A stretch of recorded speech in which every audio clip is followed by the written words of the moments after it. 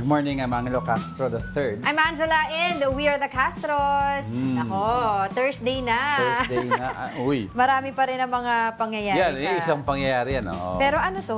Mamaya alamin natin. Mamaya alamin na. Ano ba to yan? Best station of the year. I'm sure mga nanonood. I'm sure yung mga nanonood sa One News and One Page, alam na po ano ito. But later on, we'll talk more about it.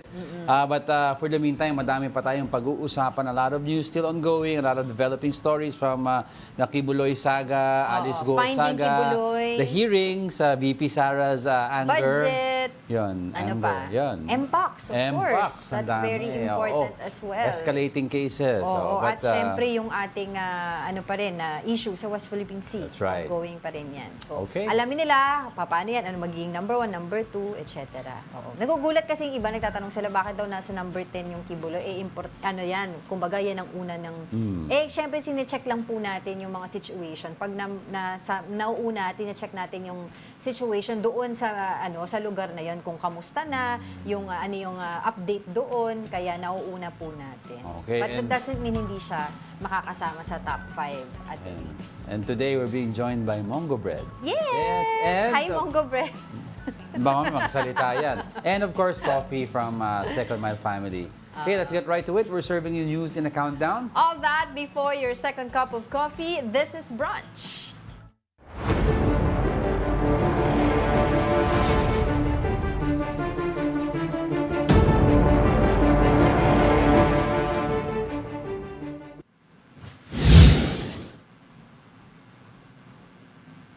Let's start our countdown with the latest in the Kingdom of Jesus Christ compound. We have mobile journalist Merimon Reyes joining us live from Davao City. Merimon, kamusta ang sitwasyon dyan? Yes, good morning Angelo, Angela. Nakatayo tayo dito sa isang bahagi ng Carlos P. Garcia National Highway. Doon banda talaga yung location kung saan nagaganap itong anggiitan sa pagitan ng Kingdom of Jesus Christ at ng pulisya. So far, simula kanina umaga sa pag-monitor natin dito kasi hindi pa rin tayo ulit nakakapasok sa loob. Yung presensya ng pulisya ay nandito pa rin pero hindi pa naman siya kasing dami talaga kumpara ng mga lumipas na araw. Lalong-lalo na nung Monday na naabutan natin meron ding nangyaring standoff. Pagdating naman doon sa presensya ng pulisya, kaninang banda nga, alas 4 ng umaga, may report na lumabas na humigit kumulang na nasa 100 pulisya ang dineploy ulit na pumasok sa loob. Meron pa nga lumalabas din ngayon na balitang may blue box. Nabitbit yung grupo ng pulis na ito pero nagkaroon ng kaunting gulo kasi ayaw daw itong ipacheck o idaan doon sa scanner. So kini-question ngayon ng mga miyembro ng KOJC kung ano nga ba raw itong bitbit ng pulis. Meron pang nagkiklaim na baka raw may itatanim sila sa loob na naman kasabay ng iba pa nilang claim sa ginagawang search operations ng pulisya. Pero tungkol dito, wala pa tayong nakukuhang detalye mula sa side ng pulis kung ano nga ba yung itong mga gamit na binibitbit nila sa loob. Mga miyembro naman ng KOJC, still malaya sila pumasok, lumabas sa compound. Pero kanina rin, wala pa tayong masyadong nakikita kasi mukhang nagpapahinga pa sila, nag-iipon pa sila ng lakas. Kahit ultimo doon sa gate nung sumisilip tayo, wala pa tayong nakahagilap. Baka mamaya pa natin antabayanan kung magkakaroon ba ng escalation pa sa mga pangyayari. Pero siguro konting additional lang din. Mamaya din kasi may press con na magaganap na mula naman sa panig ng pulisya. Kung tatandaan kasi kahapon na ang opportunity na makapasok kaming media sa loob ng KOJC ay para rin ma-witness yung press con na isinagawa ng legal counsel ng KOJC na si Attorney Israelito Torion. So doon nagkaroon ng mga pronouncement tungkol doon sa harassment na nararanasan daw nila. Yung 2-hour warning na sinasabing bobombahin daw ang katedral o yung lugar na kung saan hinihinalang nandoon si Pastor Apollo Quiboloy kung sakaling hindi raw ito maipipresenta ng komunidad o ng simbahan. Pero yun nga lang, nasabi naman kasi ng PRO 11 spokesperson na si Catherine De La Rey, hindi raw totoo itong claim na pasasabugin ang katedral para nga daw makuha si Pastor Apollo Quiboloy. So mamaya abangan natin kung ano pa bang detalye ang makuha natin mula sa pulisya, kung may sagot na ba sila doon sa mga pronouncement na nabanggit kahapon. Balik sa inyo. Merimon, tanong ko lang kasi this is the, correct me if I'm wrong, 6th day na nangyayari ang police operation sa loob mismo ng KOJC compound. When you went inside yesterday, kumusta yung experience doon? And aside from that, yung mga police, no, saan sila nagsistay simula nung nagsimula sila dyan sa area na yan? Paano yung pagkain nila? Where do they go to the bath? Di ba? Paano sila nagba-bathroom? Whatsoever. Can you tell us more about it? Yes, Angela, ako kasi nagkataon na dalawang entry point yung sinubukan ko kasama ng ibang kawani ng media papasok sa KOJC compound. Yung una namin sinubukan ay yung gate papasok sa pinakamalapit na entrance ng dome nila. Yun nga lang hindi tayo nakadiretso dahil pagpasok pa lang natin sa bungad ng gate, nandoon ang human barricade ng mga supporters at miyembro ng KOJC. Kumbaga naka-chain sila ng kamay, dikit-dikit sila at sinasabing hindi na raw kami maaaring dumiretso pa o lagpasan sila. At kung gugustuhin daw namin silang makausap, hintayin daw namin yung pagkakataon na makapasok pa ulit. Pero yun nga, nakahanap tayo ng pagkakataon na lumipat tayo sa ibang gate. Nakapasok tayo at doon naman natin nasilip yung isang bahagi naman ng compound sa kabilang banda. Dito makikita natin yung mga pulisya na nagpapahinga. So syempre tinanong natin kung ano nga ba, bakit po ganito yung sitwasyon natin sa ngayon. Sa mga nakausap natin, ang sabi nila, on standby daw muna kasi sila, nagpapahinga muna sila, waiting for orders. And doon naman sa mga KOJC members sa loob na nasubukan din nating makapanayam, ang sabi naman nila, parang nag-mellow down ng bahagya yung sitwasyon simula nga nung Sabado dahil nga pang-anim na araw na ito simula nung Saturday morning ng sinasabing pagre-raid sa loob. Pero aside from that, walang ibang detalye. Pero nagpapahinga sila at nung kinumusta natin, ano po ba yung sitwasyon ninyo ngayon sa pagitan ng pulisya, tsaka na mga miyembro pa ng simbahan. Ang sinasabi naman nila ay... Nako. Mm. Marymon? Oh. Medyo mahirap din kasi ang signal dyan sa Davao. Yes, oo. Ilang Oo. beses tayo na nagkakaroon ng mga signal problems dyan. But for those who just tuned in, Yes. yung kanina pong nakita nyo po na nagsasalita, yun po ang aming mobile journalist, Si si Marymon Marymon Reyes, yes. na nakadistino po na ilang araw na Sa doon po Davao. sa Davao Since City. this the day after the story broke. Oo. At siya nga po yung isa sa mga nagkukwento sa atin dun sa mga nangyayari mismo sa loob. Especially... Ayan na, ayan Marymon, are you back? Yes, pasensya na nagkaroon lang kasi may tumatawag lang. Pero siguro going back lang din. Yes. Nung kinumusta natin sila sa loob, ang sabi naman, peaceful naman daw sila. Pareho sa pagitan ng pulisya at ng ilang miyembro ng KOJC. Kasi nga, nagsasamba sila, nagsiselebrate pa sila kahit paano doon nga sa TPO. At so far, mapayapa naman yung loob. Pero hindi tayo kasi naka-diretso pa sa mas malalalim o malalayong bahagi ng compound. Pero nakita natin yung katedral, kung saan ito yung sinasabi nga na makikita itong si Pastor Apollo Quiboloy sa ilalim. Pero hindi natin napasok yung loob dito kasi guarded siya ng pulisya sa labas. Pero naglabas kasi ng mga retrato ang PNP at itong ang mga ito ay pinapakita yung loob ng katedral na wala namang nangyayaring pagbubungkal o paghuhukay.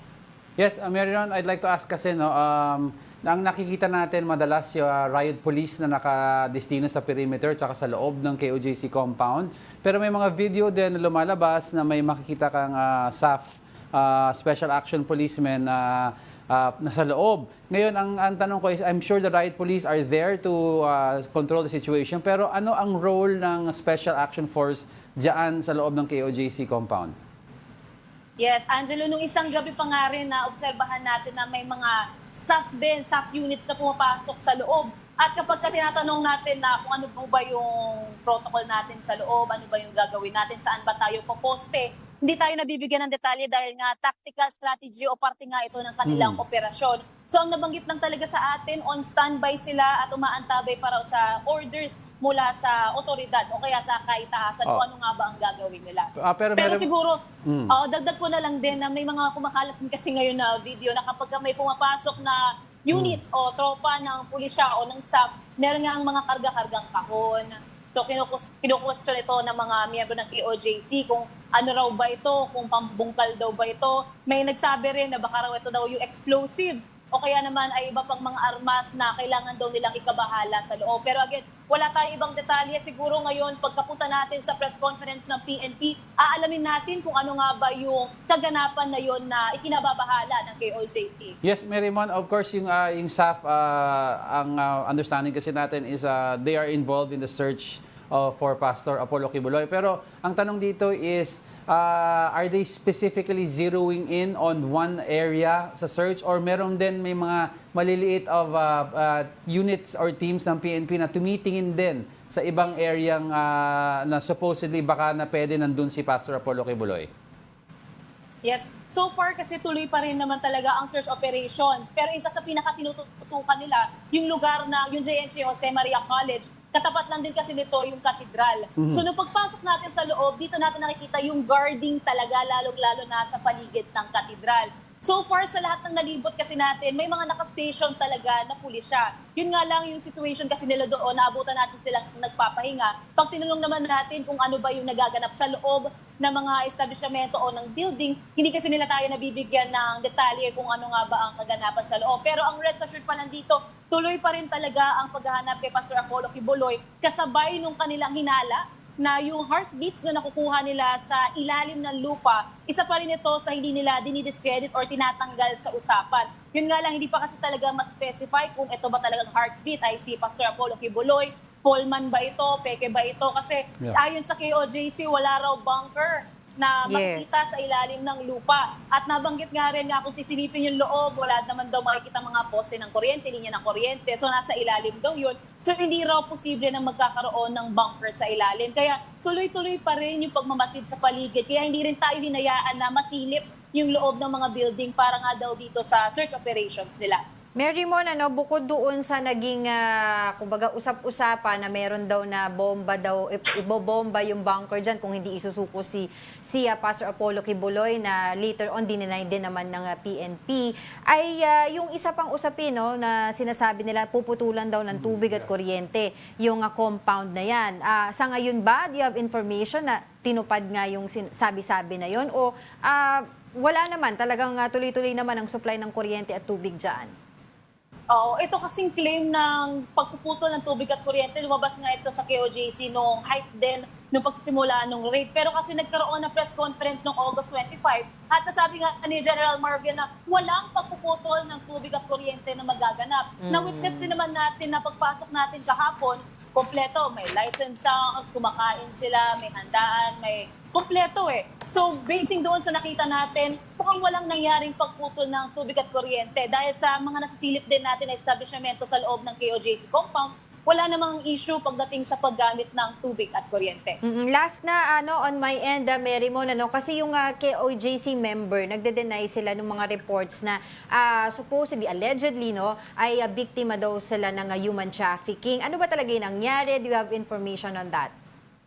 Yes, Angela. Kasi kahapon, bukod sa press call ni Attorney Israelito Torion, nagkaroon din ng panayam kasama doon sa isa sa human trafficking victims na sinasabing ni-rescue nga ng pulisya. Diba? Ito ay yung 20 years old na lalaki at yung 50 years old na babae. Yung babae, yung nakapanayam natin sa press con. At ang nasabi nga raw, kaya raw nag-request ng assistance yung kanyang kamag-anak sa pulisya para daw i-rescue itong babae ay dahil concerned daw siya at nag-aalala dahil doon sa surge. Kaya raw ni-request daw, humingi ng tulong sa pulis na i-rescue itong babae. Pero nung tinanong kasi natin, nasaan na po ba itong kamag-anak ninyo? Ano po yung naging usapan ninyo nung nagkita kayo ulit? Ang sinagot kasi sa atin ni Attorney Israelito, pumirma na raw ng affidavit itong kamag-anak tungkol doon sa pangyayari at umuwi na raw.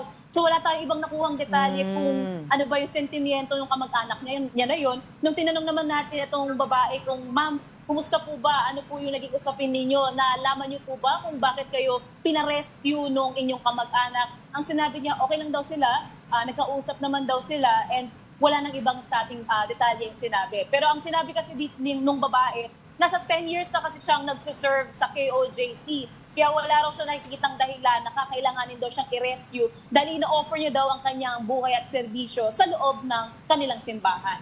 Alright, sige, patuloy kami makikipag-ugnayan sa iyo, Mary Mon, ha? For the meantime, maraming salamat. That was our mobile journal, Mary Mon Reyes, live in Davao City. Alright, let's continue with our countdown.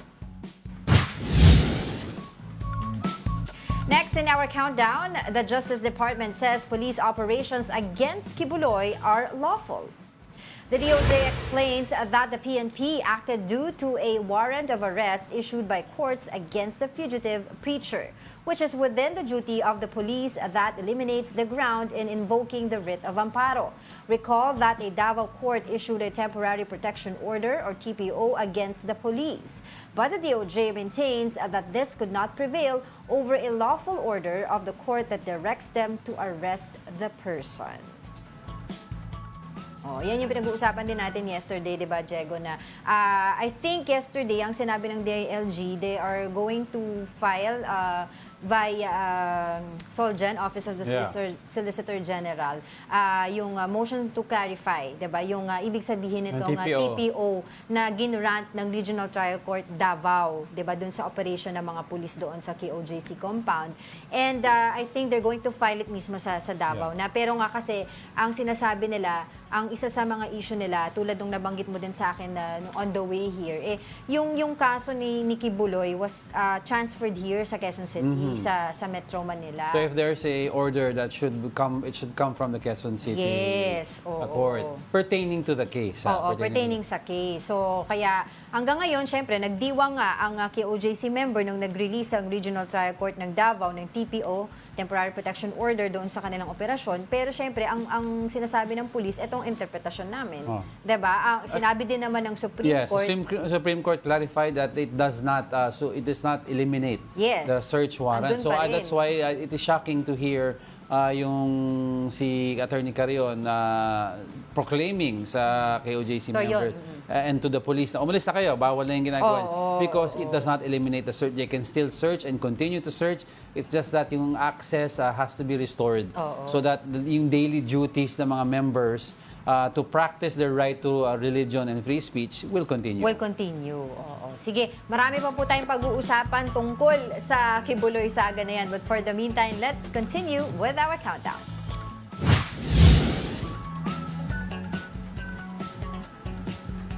Coming hot at the 8th spot is about Cignal TV. We are the TV Station of the Year at the 12th Macatao Awards for Media Excellence. The People Management Association of the Philippines recognized both One News and One PH for our work in delivering truthful and useful information to the public. We are among the people who received the award for Cignal TV. Cignal TV's channels management and programming head, Lisa Gilas, thanked the people behind One News and One PH for working to deliver reliable, truthful, and impactful news to the public. Napakalaking honor talaga na i-receive yung TV Station of the Year Award on behalf of Cignal TV. We were talking about it earlier that to be valued for the potential of our platforms and to be recognized for the achievements of our teams in One News and One PH is very, very gratifying. So, a huge congratulations and maraming salamat sa mga tao behind One News and One PH who have been working tirelessly to provide our viewers with reliable, truthful, and impactful news and public affairs programs. Of course, yung kasama sa video dyan, nag-i-interview kay Lisa Gilas is also one of our bosses, si Joey Francisco, nag-i-interview. Yun, Station of the Year. Yes. Sako po nito ang One Ang News. lakas. One News at One News po at One PA. There you go. And we were there to receive the award together with si Lisa Gilas, of course si Regina and Cheryl was there. Cheryl Cosim was there. Si Jovi. Congratulations din sa TV5 kasi nanalo din Yes, yung Frontline Pilipinas at saka si Ma'am Lucy Cruz Valdez. Yes, Lucy won also. Congratulations sa entire Cignal family. Hindi po biro mga pinagdadaanan natin. Of course. To achieve this win is for everybody, all of us especially the are, people behind One News and One PH. Dahil dyan, magpapapansit na si Jovi Francisco. Ba, Jovi? Atayin natin yung papansit pa ice cream and lahat na. Diba? Yun. Pero yun nga, ito po ay para po talaga din mostly, of course, dun sa mga people behind our news organization na talagang walang tulog, minsan stress na stress, diba? Para po, Anong minsan? ay, madalas stress na stress, diba? Lalo na po sa mga kaganapan na this past few days talagang Let's not forget maraming also, trabaho. Let's not forget to give thanks also to PMAP Yes. for their yung recognition Makatao of our Award. hard work, of course. And greetings na rin kay Leo Helor. Leo and the rest of the yung PMAP PMAP family. At maraming salamat and of course, abangan nyo po ang pag-ikot trophy na ito, itong award na to sa iba't ibang sa iba't ibang abangan niyo po, ulitin natin ang pag-ikot sa iba't ibang programa po ng 1PH at saka 1 News itong ating award. May guesting si trophy. Ang taray, 1 News at 1PH ang sakalam. 'Di ba? Best station of the year. Sakalam. Di ba? So ayan, antayin natin na baka naman meron papansin. But congratulations once again. For the meantime, coming up. After revealing how they fled the country, could Alice Guo's sister Sheila become a state witness? And authorities are zeroing in on the KOJC Cathedral where they believe Apollo Quiboloy is hiding underneath. We are just getting started mga kapatid. Marami pa po tayong pag-uusapan. May init na topic. Hulaan niyo po ano magiging number 1 natin. More of our top 10 news when Brunch returns. Keep it here on 1 News.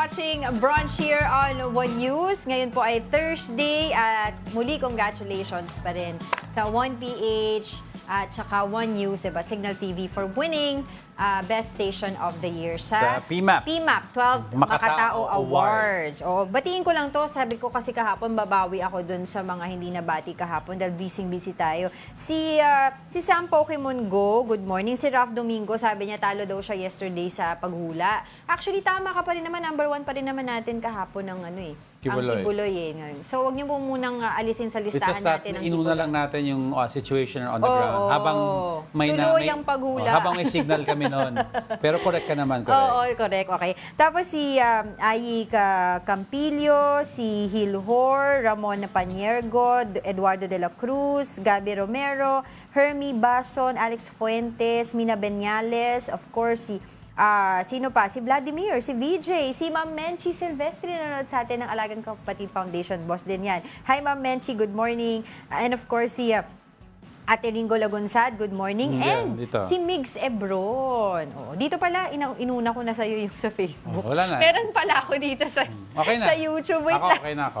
Si Gina Villa, si Oscar, and si Dolly Muchler. Yung iba kasi may mga comments sila about yung mga news natin kanina. Si Tita Daisy and Tita Naldi Cancio, Julius Manalo, Renato Nieto, Ronald Maxtay, diba? Si Sam Pokemon Go, nakita daw niya itong award natin. Yung award ng Cignal TV sa STL kahapon. So abangan yan, nililibot yan. Yung mga ibang comment galit, kaya kalma lang. Kalma lang kayo. Sali pa rin kayo sa usapan natin. Continue to bring in your comments. Eto ba, yung susunod natin, meron din ba kayong masasabi? May comment din ba kayo? The Office of the Vice President will appeal the notice of disallowance issued by the Commission on Audit. In an interview with Radyo 5, OVP spokesperson Michael Poa said the COA notice is not yet final. Recall that the COA has disallowed some 73 million pesos worth of confidential funds in the 2022 budget of the OVP. State auditors flagged the OVP's non-submission of documents for some expenditures.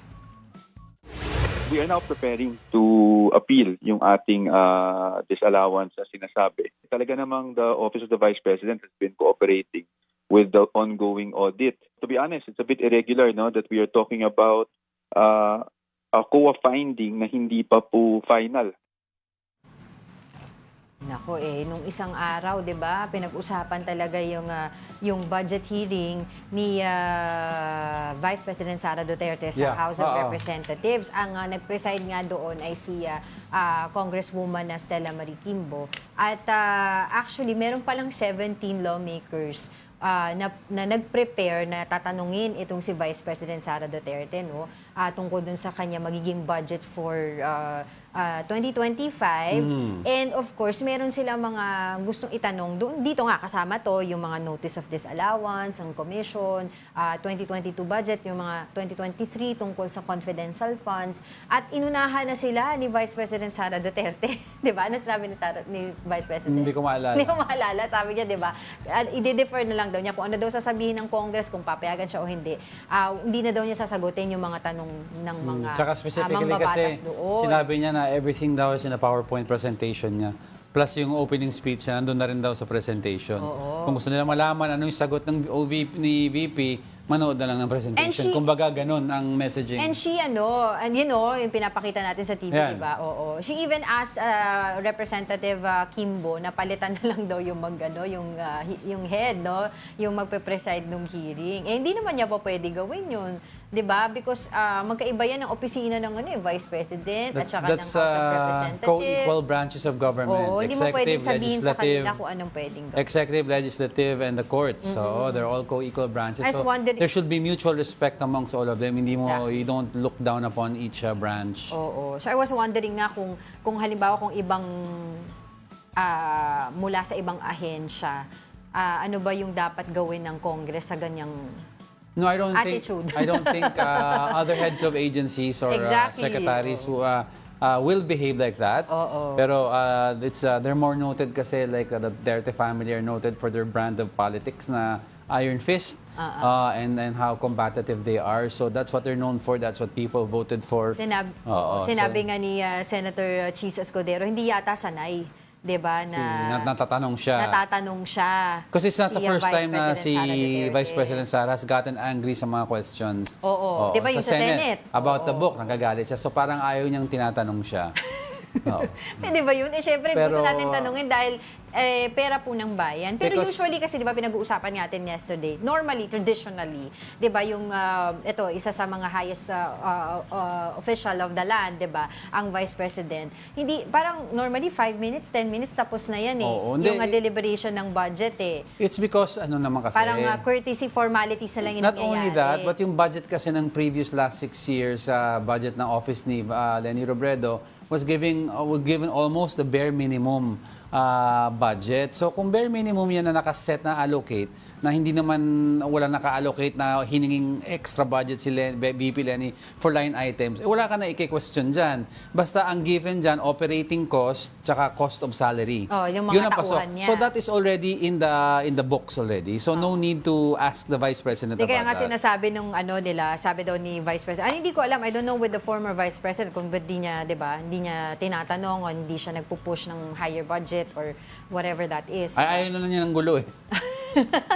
Ayaw ng headache. Pero abangan po natin sa susunod na hearing regarding this. But kasi nung yesterday, di ba, nakita naman natin si Congresswoman, former President, Gloria Macapagal Arroyo. Di ba? Nakita natin talaga na pinagtanggol niya si Vice President Sara Duterte by asking or telling her colleagues, di ba, na doon na lang tayo pag-usapan na lang natin yung 2025 budget. Huwag na tayong pumunta doon sa sa huling mga nakaraang budget. But of course, ang point nila doon, yung utilization ng mga budget ng mga previous budget allocation. Yeah, before we move on, we have to look at the historical allocation kung nag-underspending ang isang agency. Yeah, yung utilization. Because if you're consistently underspending, then there is no reason to give you the budget that you're asking for. Oo, sige. Anyway, madami pa tayong pag-uusapan. Pati daw, wala pang kape yan si Angel. Hyper na magsalita. Parang lumaragas ang tren. Bakit? then, yan yung ugat, oh. Wala akong kape daw nagkakape. Yeah. Alright, let's move on. Madami pa tayong pag-uusapan. Saging lang kinain ko.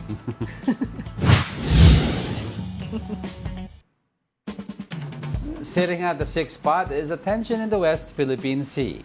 The U.S. said it is going to implement a two-pronged approach in countering China's aggression in the South China Sea. U.S. Coast Guard Deputy Commander Rear Admiral Andrew Sugimoto said their strategy involves upholding order and fostering partnerships. He explained that this will involve demonstrating compliance with international law and conducting joint exercises. Sugimoto added that China will face global condemnation and see its economic goodwill destroyed if it will continue to disregard international norms. The U.S. emphasized its support to the Philippines after the recent harassment incident in the West Philippine Sea. Ito pa ang isa pang ongoing saga. Oo, Baka this time mamaya naman sa masyado shores. tayong nakafocus Let us not sa iba. forget this because if you take a look at the behavior of China, they're escalating and trying new things. They're not stopping. Ngayon, food for ibang mga sundalo natin. Wala pinipigilan na, nila. wala nang Oo, supply. and plus nagpakawala sila ng flare sa atin mga Air Force, di ba? So they're escalating. And this comes at the heels of supposedly a dialogue that we had with China before the SONA of the President. Ngayon, di ba, yun nga ang sabi dyan sa balita din, yung US is offering, di ba, mag-escort doon sa susunod na resupply mission natin. Kasi before, nag-offer na rin sila, pero na-reiterate ng AFP, ng PCG, na this operation na gagawin, yung resupply mission, would always be a Philippine operation. So, I don't know if they're going to allow this. At syempre, anong mangyayari? Diba? Anong magiging reaksyon na naman ng China regarding this?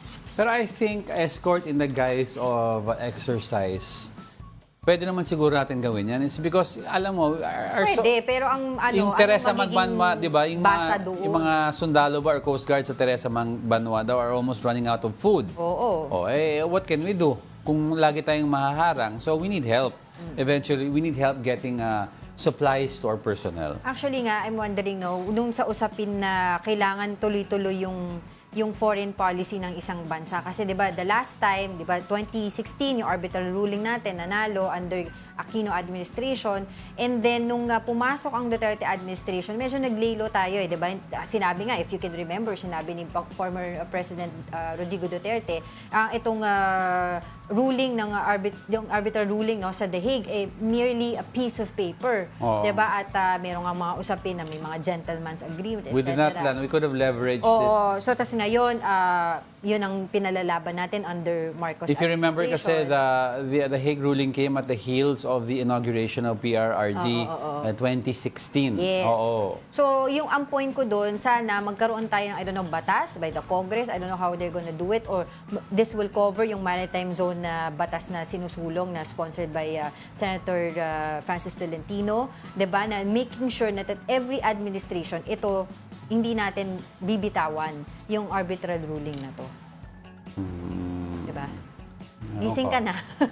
Then I understand. I'm just saying kasi iniisip baka ko lang- mawala sa atin in a sense na hindi na nagagamit or hindi natin we're not upholding it. Kasi Pero depende kasi sa sa administration. ang precedence You get kasi what I natin mean? is that's why we vote in every administration we vote in a new president. It's because our foreign policies have to be flexible in such a way na kasi malay mo magkamali ang previous administration, the next admin can fix that. Now, could you imagine if we passed a law that locks in your foreign policy? No, not necessarily the whole foreign policy, I know. but regarding the 2016 arbitral ruling. Yeah, but I guess siguro mahihirapan sila dyan. It's because kailangan flexible ang discretionary ang foreign policy from admin to admin. No, just making sure na yung next president will not say na itong arbitral ruling na to ay merely piece of paper. No, but kasi if you pass it into law that you have to uphold it, if the situation comes na medyo mainit ang tension and the next president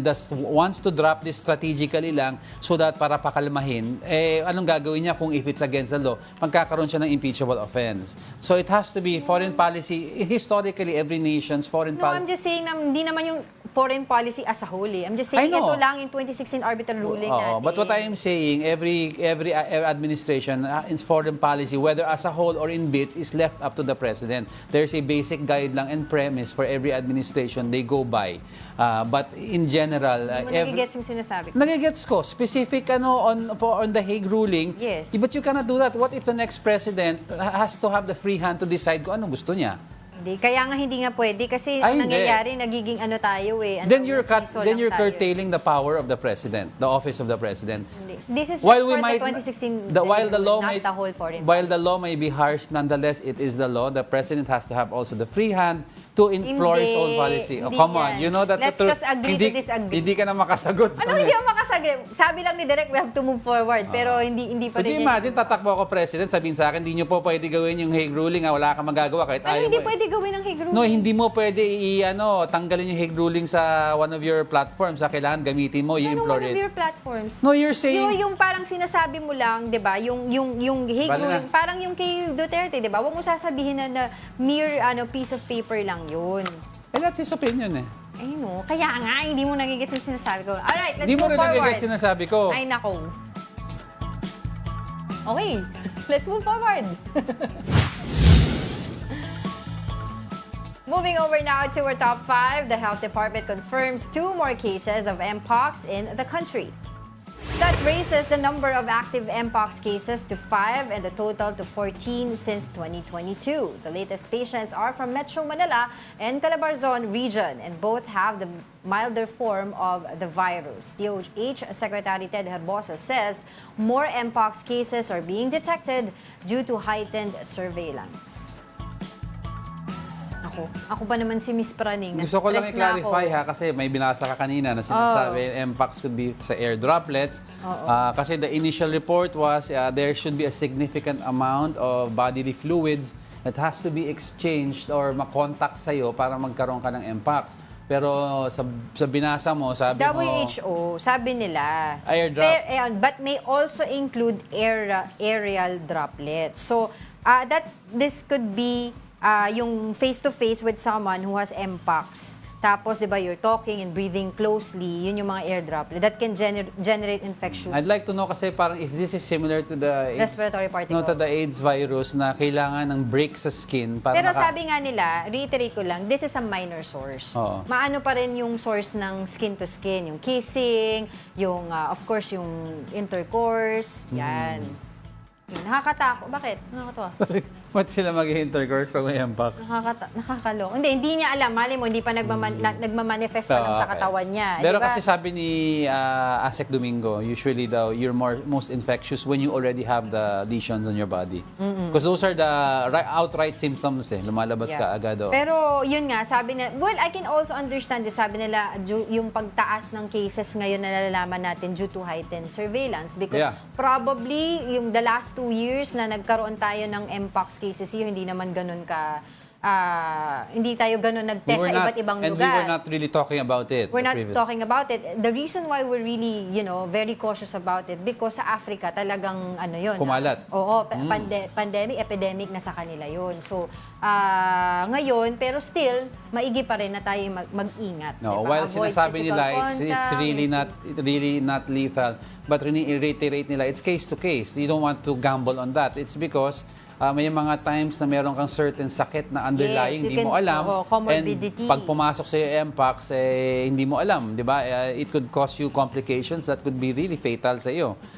So, basta remember, if you have symptoms na you think yung lesions, have yourself checked daw sa derma para ma-confirm kung Mpox. And huwag kayong mahiya po mag-self-quarantine or magpa-check. O ba't ka natatawa? natawa lang ako, sabi ng mga viewers natin sa sila Gary Field, sila Garico Oscar, Renato Nieto, hala, eto na. Huwag kayong mag-aaway. Sabi Alright, sige, let's continue with our countdown. Ito, another hot news and sizzling news at our fourth spot is about the House Quadcom hearing yesterday. Now, a police official accused Senator Bato de la Rosa of ordering him to kill alleged drug personalities when he was still the Philippine National Police Chief. Police Colonel Jovi Espinido told lawmakers that de la Rosa appointed him as the chief of Albuera Leyte to, quote, neutralize suspected drug personalities. Now, that includes Albuera Mayor Rolando Espinosa, who was murdered in prison in 2016. In response, De La Rosa said Espinido misunderstood him and clarified that he did not order the police to kill anyone. Espinido also confirmed that the rumored quota and reward system implemented during the Duterte drug war. The other quota naman at saka yung reward system, alam ng mga pulis lahat yun, Your Honor, Mr. Chair, na patayin, may reward Kung mamatay yung nasa watch list, may reward system yon ang ibigay. Your Honor, Mr. Chair, maski may kasalanan yon o wala, may ginawa na totoong nabaybas o wala, yun ang pag-intindi ko sa dalawang klase ng reward at saka quota. Still in the same hearing, Bureau of Corrections Senior Superintendent Gerardo Padilla was cited in contempt for supposedly lying to lawmakers. Padilla denied being involved in the death of 3 Chinese inmates in the Davao Prison and Penal Farm. He also refuted a witness's claim that the former President Rodrigo Duterte congratulated him through a call after the death of inmates. However, lawmakers were not sold with Padilla's claims. Hindi ka ba nakukonsensya? Nakakonsensya po. Nakukonsensya ka? Opo. So, ano ngayon nakukonsensya ka na? Pero wala po akong kinalaman sa nangyaring Paano patayan. ka Ikaw ay nagsisinungaling. You are either incompetent or meron kang kinalaman dito sa krimen na nangyari mismo sa bahay mo. Because this crime was committed under your watch. And that makes you more incompetent. Now, if you remember si Colonel Espinido, si Jove Espinido, sumikat siya during those times. It's because may joke nga, di ba, kung saan may madami daw drug addict. Pag linagay mo daw si Colonel Espinido doon, nawawala at tumitino sila lahat dahil natatakot siya because they were likening him to a famous movie character ni Clint Eastwood na Dirty si Harry. Dirty Harry, na he really enforced the law, si Jove Espinido. Talagang tumitino daw yung mga ano doon. Tapos yung sinabi pa ni Colonel Espinido na sinabihan daw siya ni then Bato PNP de la Chief Bato de la Rosa to eliminate. Pero ang sabi ni Bato de la Rosa, hindi daw niya ibig sabihin eliminate, patayin. Oh, so of course within the Within the ranks. But within the bound by the law. Bound by Parang law. Oh, pero kasi usually pag nag-uusapan niya between commander and subordinate, may clarificatory questions yan, especially if it's a matter of policy within the organization. So was there miscommunication? Ewan ko, pag-aralan ng ano yun, how we can improve communications within the ranks. Oo. Kasi ang daming namatay if ever Hindi, the totoo yan. miscommunication Oo. yan. Hindi, eh. tapos di ba ini-implicate nga nila to na may quota system, di ba? Tapos yung pera na binibigay doon sa mga, kumbaga reward doon sa mga police na nakakakuha ng mga big fish at ang mga iba pang mga user ay binibigyan ng pera. Yung pera na daw yun ang gagaling sa Pogo. Yes. At ini-implicate din nila dito yung nagpa-funnel ng pera ay si Senator Bongo, which is also he denied. He denied, Oo. yeah. All right, let's continue with our countdown. Coming in at our top 3, Justice Secretary Boyeng Remulla says Alice Guo's sister Sheila is unreliable to be a state witness. Here's the report. Justice Secretary Boyeng Remulla was not convinced on Sheila Guo's testimony in the Senate. Recall that Sheila, Alice Guo's sister, revealed that they boarded several boats to leave the country.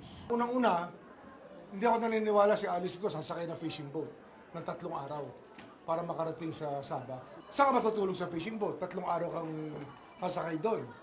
Eh, napakasungit pa ng dagat. Kaya ba nila yun? Remulla also maintained that Sheila is not qualified to become a state witness against Alice. Hindi siya reliable witness so far. Kailangan talaga patunayan na kailangan yung kanyang testimonya upang mangyari ang lahat. This is contrary to the previous statement of DOJ Undersecretary Nicholas T.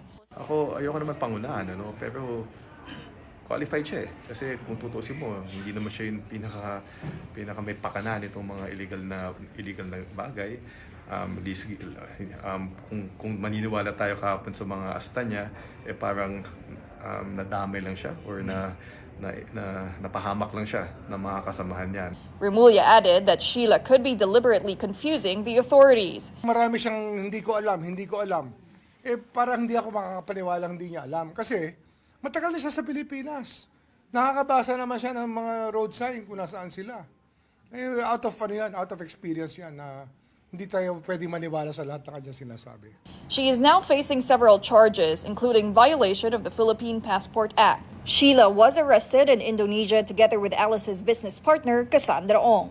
Ong is set to face charges in relation to obstruction of justice and human trafficking.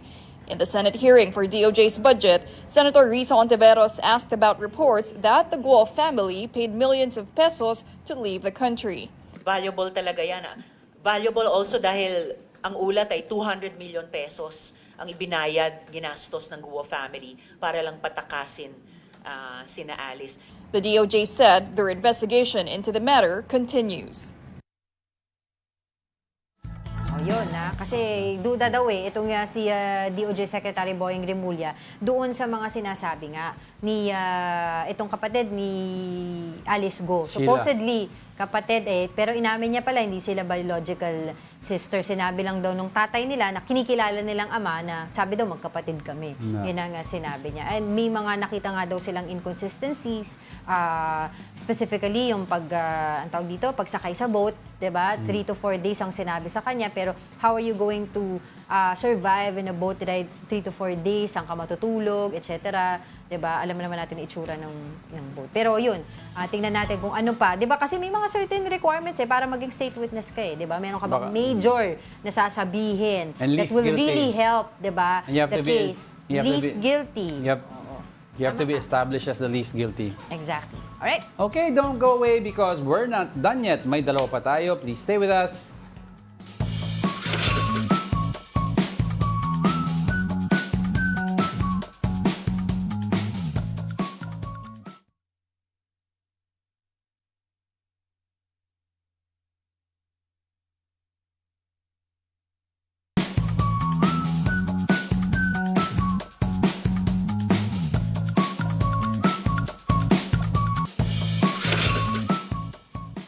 Welcome back. You're still watching Brunch here on One News. Good morning sa lahat ng viewers natin across all platforms, from cable TV to YouTube and Facebook. Thank you for joining us on the Siksik News. Thursday ba ngayon? Siksik Happy News birthday kay Thursday. JR. Oy, JR Tenorio. JR Tapos Tenorio. belated happy birthday din kay Kuya Elmer. Kay Kuya Elmer, happy birthday sa inyong lahat. Oo. Si Oscar sabi niya, I agree with Angela's point. Tapos yung Gabby Romero, I think he's agreeing with you. 1 point for the guy, yun ang sabi niya. Tungkol doon sa pinag-uusapan natin kanina. Angela's point? Oo. Si Oscar, Angela's point. Yung Gabby, 1 point for the guy. Ikaw yun. Diba? Alright, madami pa tayong pag-uusapan. Kaya na maganda sa show na to. At mamaya after the show, diretso na ako sa bunker ko. Yes. Okay. Outside Bicolambu pa.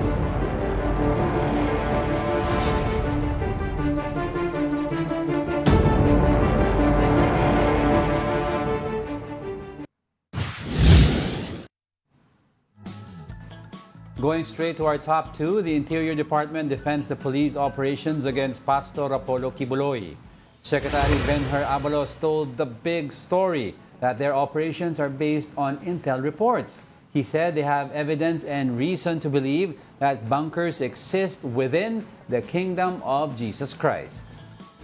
All of these intelligence reports precisely point to these areas where Pastor Quiboloy is. Merong evidence about this, pero di mo alam kung paano kalalawak ito at saan pupunta ito. Abalos also maintained that they are following all legal procedures on the implementation of the arrest warrant. We are following everything. If you will recall, there was this temporary protective order that was issued, which we are contesting. It does not preclude us from implementing the warrant of arrest. Silipin muna natin kung ano ba yung top 1 natin. And our top story remains to be the search for Pastor Apollo Quiboloy.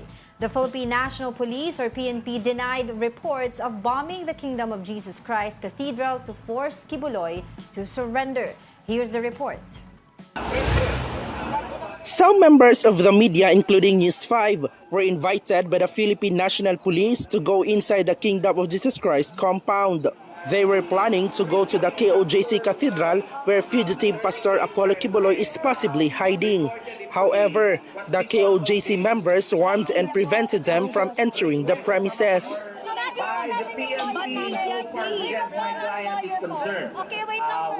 PNP said the KOJC Cathedral is where the ground-penetrating radar detected a heartbeat. May nadidetect po tayo na sign of human life diyan po sa ilalim po ng ground. At yan po ngayon ang tinutumbok po natin para tuluyang malocate yung pinanggagalingan po nitong mga heartbeats po na pinaniniwalaan po natin na yung mga taong ating hinahanap.